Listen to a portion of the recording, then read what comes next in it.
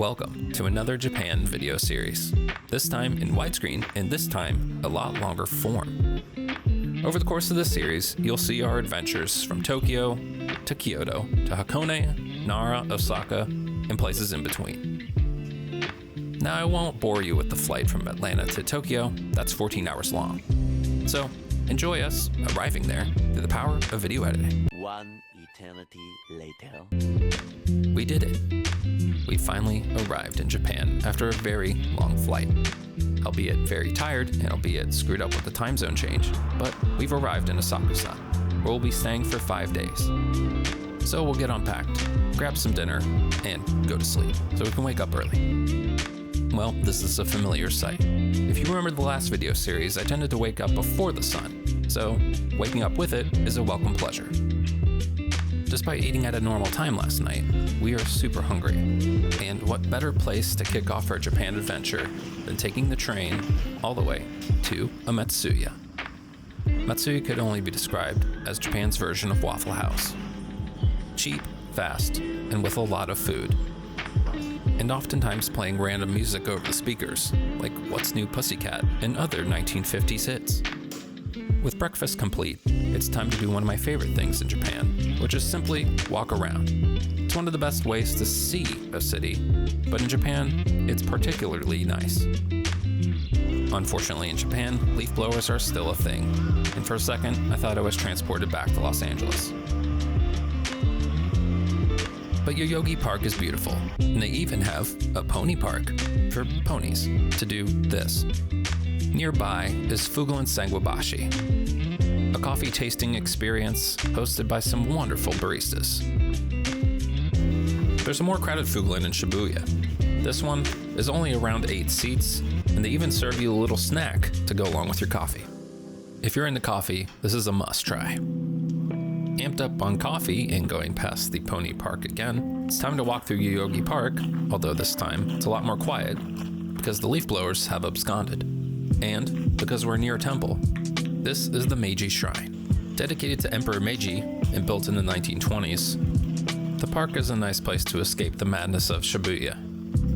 After having our fill of the park and exiting through the torii gates, we're off to see something that I really enjoy. And no, it's not coffee. It's watches. Yes, Seiko, the namesake of Japanese watch manufacturing, had a special exhibition. Seiko's own designers designed watches for very, very specific situations, like DJing or even timing how long it takes to cook an egg. And while people are out there trying to collect a Rolex, I think I would buy this one instead. After that chill exhibition, it's time to face the madness that is Harajuku. Think of a bunch of touts trying to get you into any business possible, whether it's a restaurant or a pet cafe. Maybe the guy that drives this is the owner of one of those businesses. We'll never know. Something I didn't notice last time I was in Japan, but certainly notice now, is how efficient the zoning is. You have malls and residential, paired up with buildings like this. A tiny little 2-story triangular building. And would you look at that, it's another watch-themed building. This time the Audemars Piguet Lab. Part hands-on learning experience, part dice rolling experience, and part manufacturing experience. AP Lab gives you the chance to play watchmaker. Put on the AP Lab's jacket and start your journey by performing perlage, which is adding tessellated circles to a material. We got to keep the ring. And before you know it, it's time for some more food. This time stopping at a TikTok and Instagram favorite, Menchirashi. Known for its handmade udon, this restaurant situated in an alley off Cat Street serves up delicious udon-based dishes with most below 1,000 yen. Here they even have a take on carbonara, an Italian classic. I got the fish cake udon, and while it doesn't look as pretty, it was still just as good. If you don't like udon or just want the taste of home, there's always a TGI Fridays. So hop in your car and get there fast and furious. While this was only our first day, there's still a ton to see, like these 19 dogs. And before you know it, it's day 2. This time waking up a little bit later to go see Sensoji Temple, which is only a 5-minute walk from our hotel. If you get here early enough, you'll skip out on all the crowds, and it'll make your temple going experience that much better. Having restored our inner peace, it's time to restore our physical energy, and that requires eating some food. We ended up going to Misoju, a tiny restaurant that serves miso soup and onigiri. Up next was Tabito Coffee, a tiny little place that serves only Japanese roasted coffee. I went with 3 different pour-overs, one from Guatemala and Brazil that was aged in bourbon barrels, a Costa Rican, and an Ethiopian. Sufficiently caffeinated, it was time to shop till we drop at Ginza 6, which has a really cool art installation in the lobby. Like, what is that? It's art, baby. After buying nothing, we decided to buy some ramen at Sujita. Yeah, the one from Los Angeles, actually started here in Japan. This fun little tune is at the Seiko House. Conveniently located down the street from the Seiko Museum, Seiko House is more like a retail space. They sell watches, they sell clothes, they sell everything basically. Up next is the actual Seiko Museum. 7 stories of everything Seiko, from Grand Seiko to all the movements, every watch they ever made. As a watch nerd, it's really cool to see something like this. I used to think Seiko is just a pretty basic brand, but looking more into their history, they're actually quite influential in Japanese watchmaking and also timekeeping in general. After moseying around and looking at watches, it's time to mosey around and look at the Imperial Palace. It's times like these you really appreciate how many parks there are in Tokyo. Despite it being a super metropolis, there's always green spaces and dogs. Did I mention there's cool cars? Look at that Lancia Delta Integrale. Our 3rd full day. Now things are starting to feel normal. We're waking up at a normal time, and just across the street from this little temple is Bark Bacon Roast. Just look at the lamination on this beautiful breakfast sandwich. Afterwards, it's time to get some exercise and take a walk outside, because for the next hour or so, we're going to be trying specialty coffee at Lonic. Part mixology and part tasting menu for coffees. Lonic provides the usual, but they also go further, with geisha courses and creative courses, where they mix tea and coffee together to create really unique cocktails. Here, our barista mixed ice, blackcurrant extract, and espresso. Importantly stirred, not shaken, then strained, and then poured, ever so gently, into a tall glass. And last but not least, Gold Flake, because why not? Another one of Jessica's drinks, espresso, distilled milk, and shaven chocolate. I don't think I'll ever get tired of seeing cars like this. The Supra is just legendary. Filled with coffee, it's time to try buckwheat galettes at Flor de Saracen. Galettes are like crepes, except these are made with buckwheat, which gives them a more hearty flavor.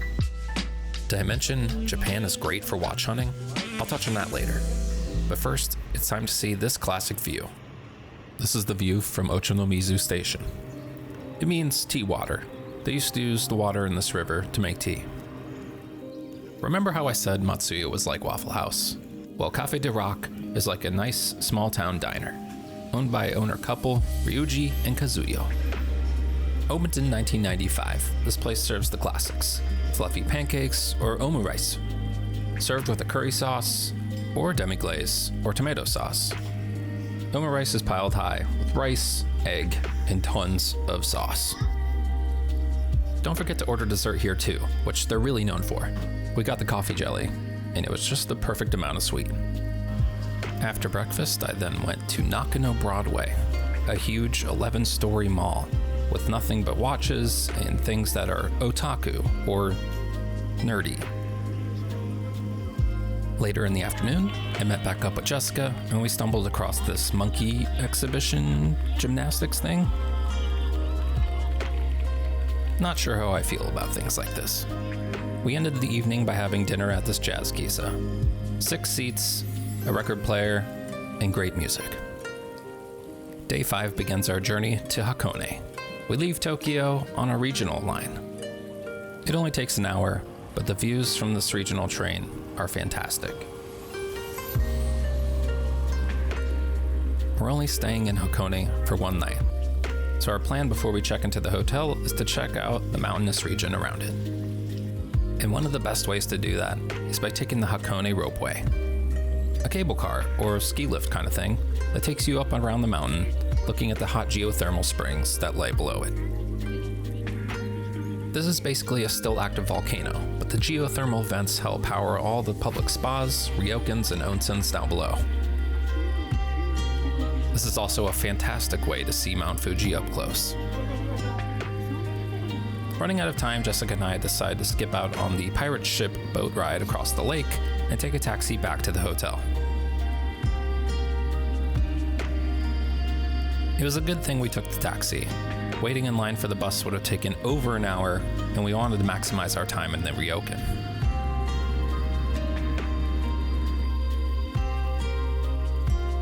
I already feel at peace.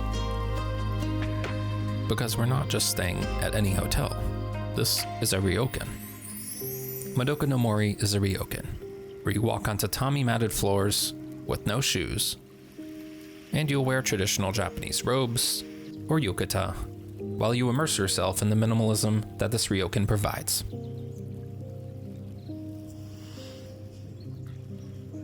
And just like that, it's time to check in, and we're led to our room. When entering, you've got a bathroom, the beds, which were very, very comfortable.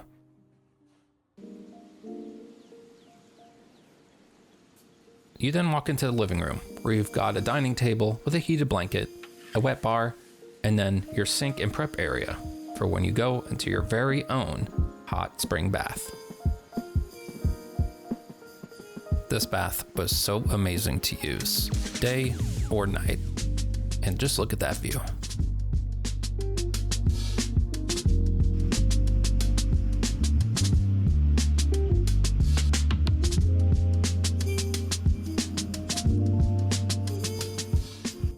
Another benefit to staying at a ryokan is that you're served a traditional kaiseki meal. We start off with the appetizer, some abalone, sea cucumber, and shrimp, then a clear soup with bamboo shoots and seaweed. Of course, don't forget the sake, and don't forget to have someone else pour it for you. Next, the sashimi plate, with wild flounder, tuna, and squid. Followed shortly by the soba dish, with herring, green onion, and shichimi pepper. Here was my favorite dish, the miso marinated grilled Spanish mackerel, with Japanese ginger, sprouts, and some candied runner beans. The boiled dish was interesting, but still good. Deep fried edo, maitake mushrooms, crab thick sauce, and some parsley. And now it's time for the main dish. Something they really advertise heavily on the website, the hydrogen cooked Wagyu beef. And after some dessert, it's mischief managed. It's the last day at the ryokan, and what better way to spend it than a morning in the hot tub? And of course, get ready for more food because that's always a thing. This breakfast had it all.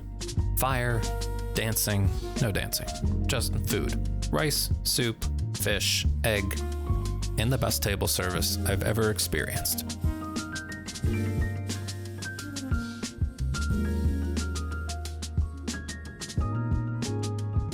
Oh yeah, little tiny baby shrimps.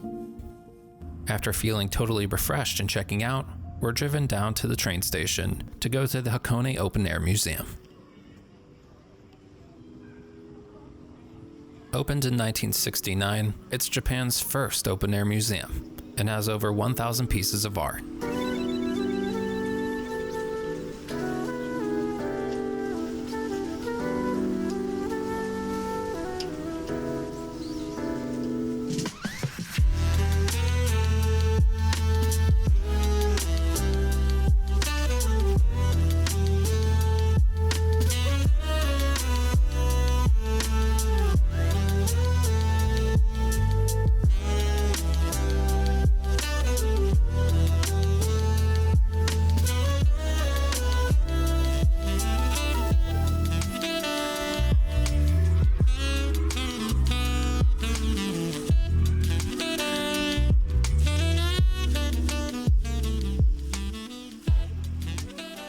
It's always nice in a museum like this, where there's something natural to be seen, like this koi pond.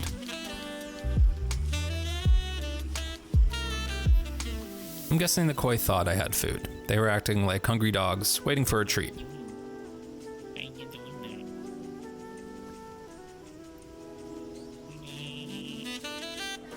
Realizing our trip in Hakone is almost done, it's time to wrap things up at the open air museum, hop on the train to our next destination, Kyoto. This time, we're taking the bullet train, the Shinkansen. This trip is pretty short and only takes about 2 hours. But since it's around lunchtime and somehow we're hungry after breakfast, we decided to get some food from the train station to eat on board.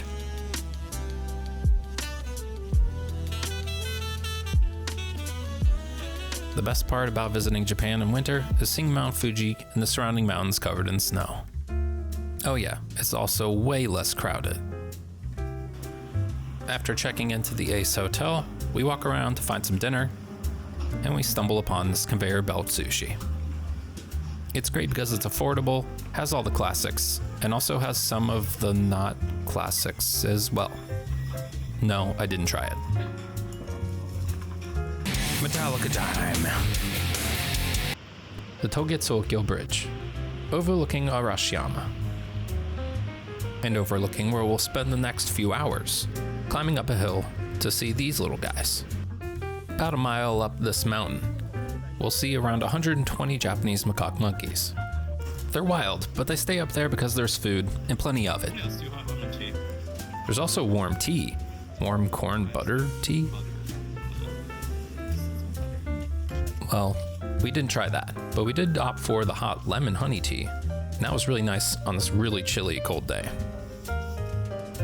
And away we go, albeit slowly, up this incredibly steep hill. Important safety reminder, do not bring any food near the monkeys.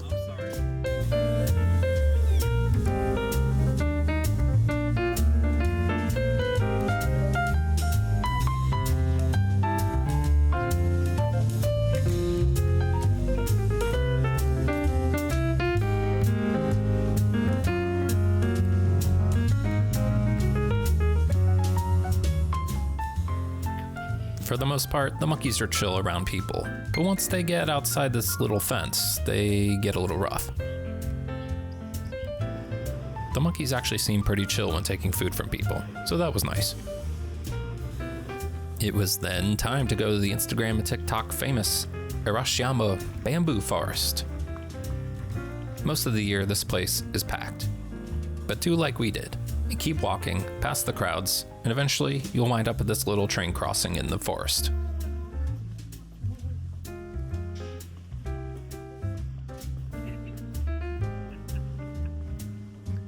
You're eventually sped out into Sagano no Miyacho.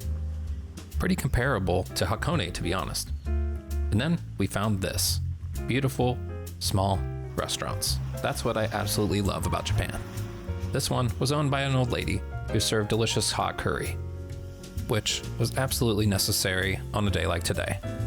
Jessica got the hot noodle soup with bonito flakes, and of course it's served with hot tea. Something to keep in mind, this is a residential area, so don't take too many pictures of people's houses or do TikTok dances in front of them. Just be chill and respectful. Also, there are signs if people really don't want you recording.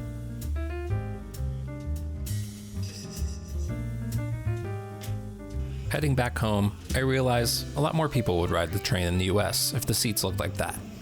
A quick stop for coffee at Karasu, and then it's off to the Kyoto National Garden. I'm pretty sure we did around 20,000 steps this day. And to regain those calories we lost, it's time to get some okonomiyaki. Okonomiyaki is like a pancake dish with wheat flour and a ton of other ingredients griddled inside it. While it is cooked by a chef prior to putting it onto your griddle, you're free to cut it up, sauce it up, do whatever you want to it before eating it.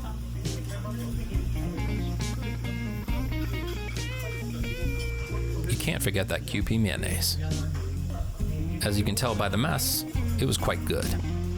Now it's time to trudge back into the cold rain and head to Bar Fishbowl. The bartender, an expat American, served up delicious drinks, but some bars still allow smoking, so after one drink, we left.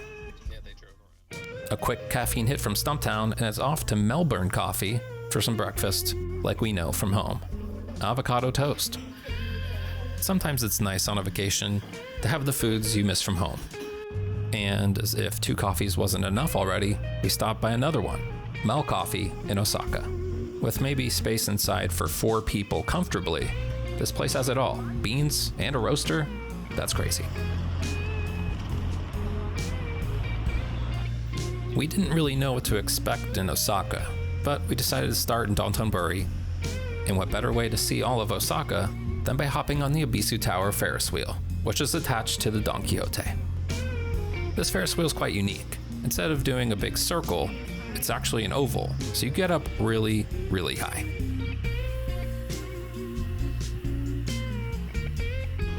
It's time to do some shopping. I'm looking for a watch, while Jessica goes to Uniqlo and Daiso.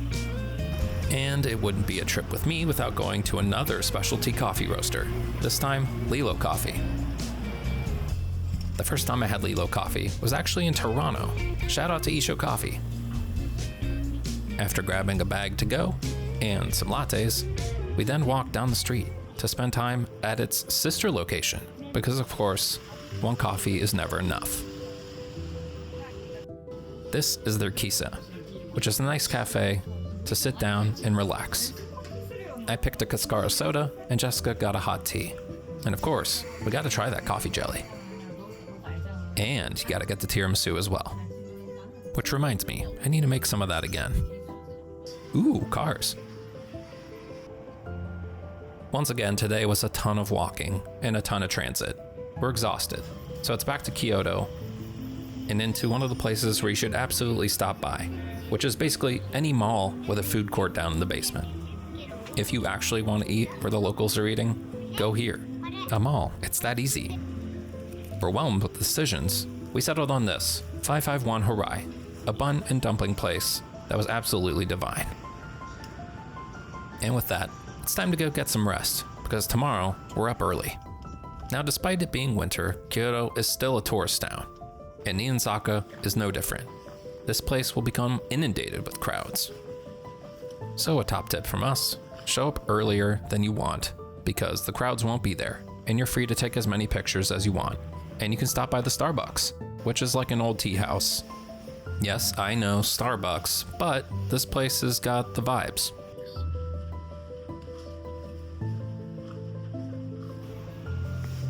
A short trip down the street is Kiyomizu-dera, one of the more photogenic Buddhist temples. It's crazy to think this place was founded in the year 778.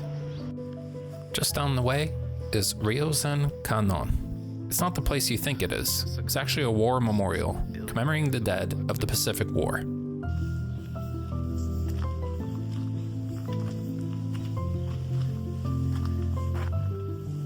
And would you look at that? A hidden American Express lounge. Well, why don't I just read the sign that says that only Japanese card members are allowed? Okay. Well, that's okay with me, because down the street from Kodaji Temple is the Hario Cafe. A wonderful mid-century modern cafe where you can buy Hario's glassware and have specialty coffee. But we're hungry, and we love duck, so why not combine those two things? Welcome to Gyeon Duck Rice. Not to be confused with Gyeon Duck Noodles, its sister restaurant down the street.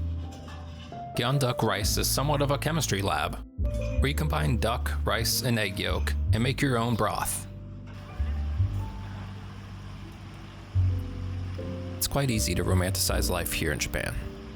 I mean, just look at it. Old world, nature, and all sorts of fun things to play around with.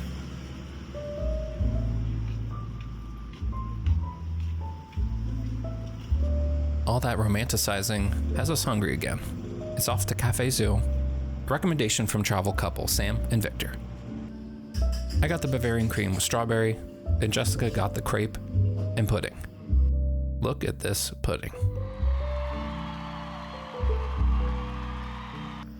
I'm not much of a history buff, but I feel like a trip to Kyoto wouldn't be complete without seeing the Kyoto Imperial Palace and the surrounding gardens. In fact, I think the gardens are better than the palace. Later that night, we head to Kazushi Kotowari. Now, I found this place on Reddit, and usually I'm pretty skeptical of places recommended on Reddit, but this place did not disappoint at all. And that shows with its 3.6 rating on Tabelog. That's really good for Japan. I love eating at places like this, holes in the wall you otherwise wouldn't have picked out. And if you take the chance, you might just wind up at a 10-seater, listening to jazz, having Chef Shota and his assistant crank out delicious, tasty meals for you. For all this food, we paid 8,800 yen a piece. That's less than $60 a person for an amazing multi-course kaiseki meal. So, if there's a lesson to be learned at all, take the chance, take the random recommendation, and order lots of drinks like I did. To be honest, I didn't think we'd come here. This is Nara, Japan, former capital with lots of history and just a short train ride away from Kyoto. Yes, it has the traditional gardens and temples, but it also has these to feed a certain population that lives here. Yes, the center of this city is home to more than 1,200 very tame yet hungry sika deer. You might have seen videos on TikTok or Instagram of these deer bowing for food. And yes, they bow, but they also bite, and they also are very greedy. They'll bite your pockets, they'll bite your butt, they'll chase you around until you give them more food. It's kind of sad, to be honest. While feeding deer rice crackers is fun, it's also fun to feed yourself. This is Kisa Tagawa, a small family-run restaurant that seats only maybe 8 people, and has random souvenirs and photos from times past, but serves the best homemade curry for just around $6 US. Look at this amount of rice. This is the large size, and I barely finished it. Here's the more reasonable, regular size. Another benefit to traveling during winter, eating hot curry.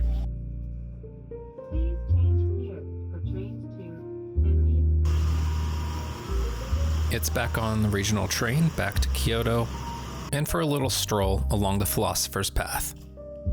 This dinner is going to be very special. You might have seen it on the Netflix hit series Chef's Table Pizza. And no, it's not Puppy, but it is called Monk. Run by Chef Yoshihiro Imai, Monk is known for its pizza, but it should also be known for sourcing ingredients locally and making almost everything in-house. That includes homegrown wild yeast, and even includes the drinks. This is their homemade yuzu liqueur. There are no set menus because everything changes daily. So forgive me while I just show you video of the food we ate. I know that's a carrot, and I know this is char-grilled vegetables, but I can't really tell you what else we had. But if you generally enjoy the tasting menu experience, you'll enjoy your time here at Monk. And now, the piece de resistance, the pizza. We had a split cheese and fish topped pizza, and the texture, to the crust, to the toppings, every bite was beautiful. It's time for the taste of home again with avocado toast served by the Ace Hotel. Then off on the Shinkansen back to Tokyo. The next part of this trip was planned by my better half. I can't say I know much about this place, only because I've been to the one in Orlando. Yes, we're talking about Disney, but this is Tokyo Disney, a whole different beast. For this first night, we'll be staying at the Hilton Tokyo Bay, overlooking the madness that will come tomorrow. So for now, it's time to sit back and relax and watch some programming.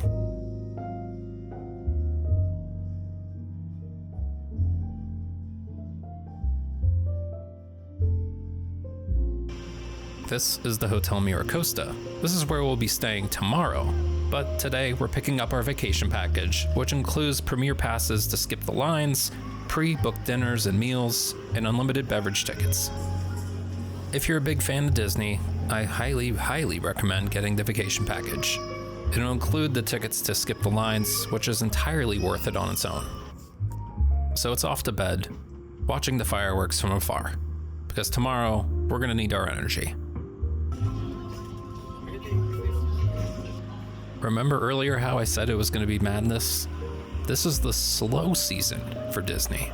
Can't even imagine it during the summer when it's packed even more. Like, how could this be packed even more? I really don't know. But like every Disney experience, you'll walk in a big group of people when the gates open and make a hurried rush to your first ride. Ours was the Beauty and the Beast. This ride is actually really cool. The carts themselves are trackless, which means they can just go anywhere on the floor that they want. They also tilt and bounce, so it adds to the immersion inside the ride.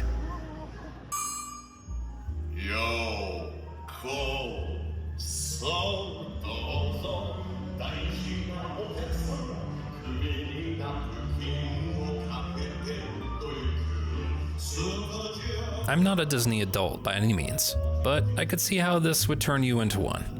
The immersion is really second to none, spinning around with nothing around you but just the ride itself. You really have to give it to the Disney Imagineers that pulled this one off. I think this might be the best ride Disney has. That unlimited beverage ticket's gonna come in handy. Here's a little taste from home in Atlanta, before we hop on our next ride. The Big Hero 6 Spinny Ride Dance Experience. Before hopping on, I thought this ride would give you extreme whiplash, but it's actually pretty smooth. And all the people waiting in line and the cast and crew fist bump in the air as the song plays over and over again. The next ride is Winnie the Pooh. This is trackless just like Beauty and the Beast, so this next part feels very, very bouncy, visually and physically. The next part also gets very trippy when Pooh drinks too much honey and then gets high, I think? I'm not sure. It's very weird. It's almost lunchtime, but we gotta stop by the castle first and also do a little physical activity. Yes, we're gonna canoe, a real canoe, around the lake. While this is a Disney ride, so to say, it requires very real physical exertion. I was exhausted after paddling. So that'll make lunch all the more enjoyable. We're eating at Blue Bayou, which is actually set inside a Disney ride, Pirates of the Caribbean. So you'll have people in boats slowly passing by as you eat a decadent meal.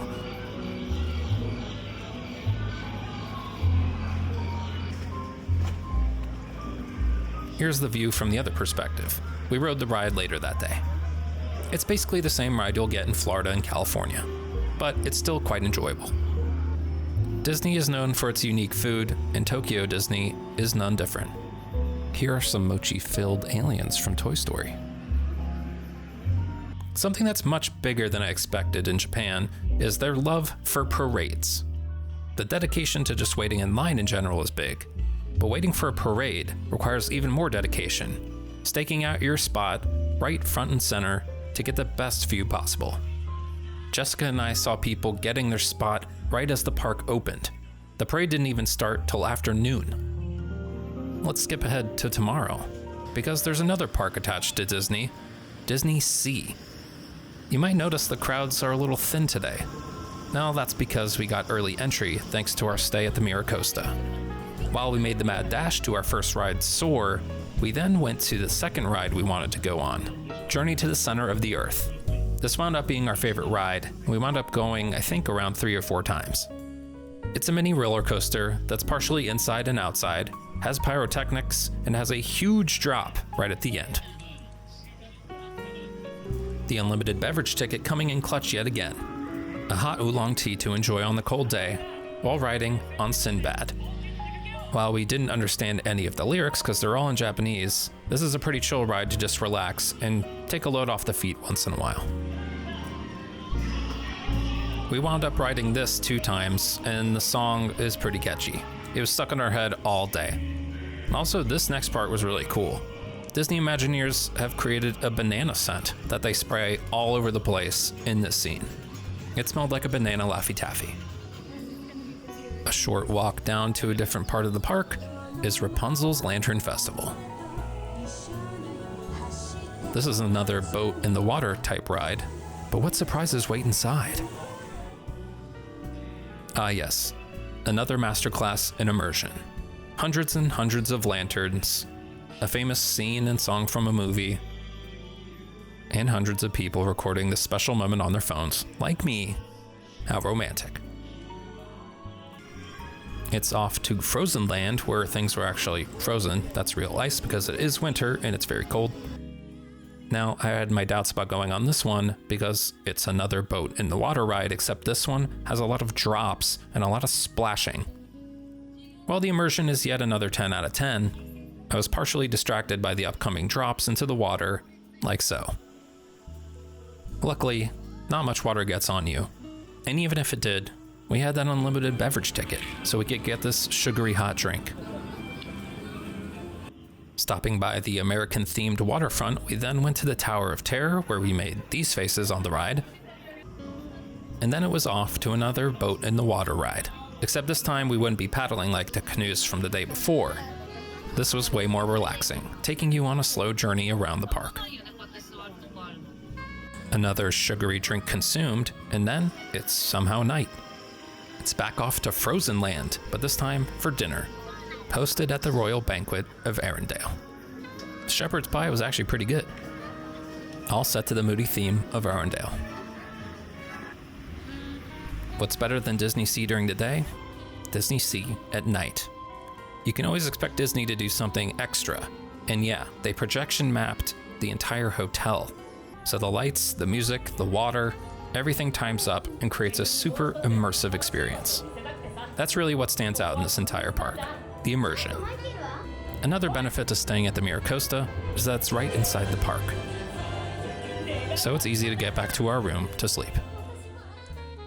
Well, if you can't tell, we're back in Tokyo, and the first stop for today is Glitch Coffee. When I went here back in 2023, this was my first specialty coffee experience. It's still a solid place, and I'm glad Jessica got to try it. I'm also glad we got to try this pizza. This is Pizzeria Trattoria Vomero Higashi Ginza. And this is Nissan Crossing, a nice place to look at some cars before heading to my next coffee spot. Yes, another coffee spot, but a very special one. Acid Coffee. This place comes as a recommendation from my friend Martin. He runs that cafe up in Toronto that I told you about.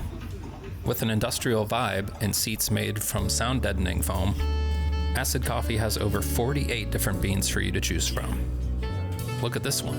They gave me a little sample once they knew I was really into coffee. Tasted exactly like tomato juice.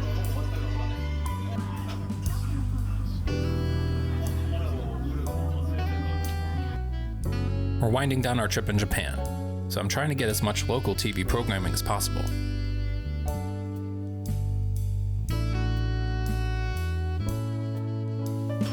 Well, it seems the Australians have done it again. This is Bill's Ginza. While they excel at the classics like avocado toast, they also excel at their viral fluffy pancakes, and for good reason. Just look at that syrup, that butter, that fluffy. Today, Jessica and I are doing our own thing separately, so I hop on the train and go about 40 minutes to Philokaphea, the brainchild of World Brewers Cup 2016 champion Tetsu Kasuya. I really love going to these lesser-known cafes. There's less tourists, and you get more personalized attention. Also, you'll be in a different town, which means you'll get to see different types of ceremonies. Going past the famous Gundam statue and into the Liminal Space Mall, I spent some time looking for scale model cars for some friends. And then, it's back on the metro to enjoy our last night here in Tokyo. I feel like I already had so much curry during the trip, but coming here to Imakatsu Ginza was well worth it. And yes, it's okay to go to Don Quixote. No one's gonna judge you. Wrapping things up, I go to Shimokitazawa to see if I can get some ramen, but they didn't have any. So I went and got curry again because I'm predictable. While this place was cheaper, it didn't come with the expensive flavor, and it didn't come with the expensive spice. It was spicy.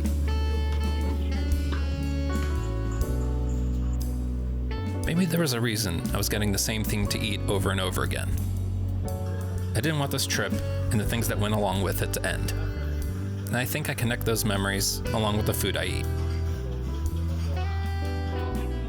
Whether it was curry, skemen, or even Din Tai Fung, the restaurants we went to gave us even more enjoyment than the attractions or museums we went to.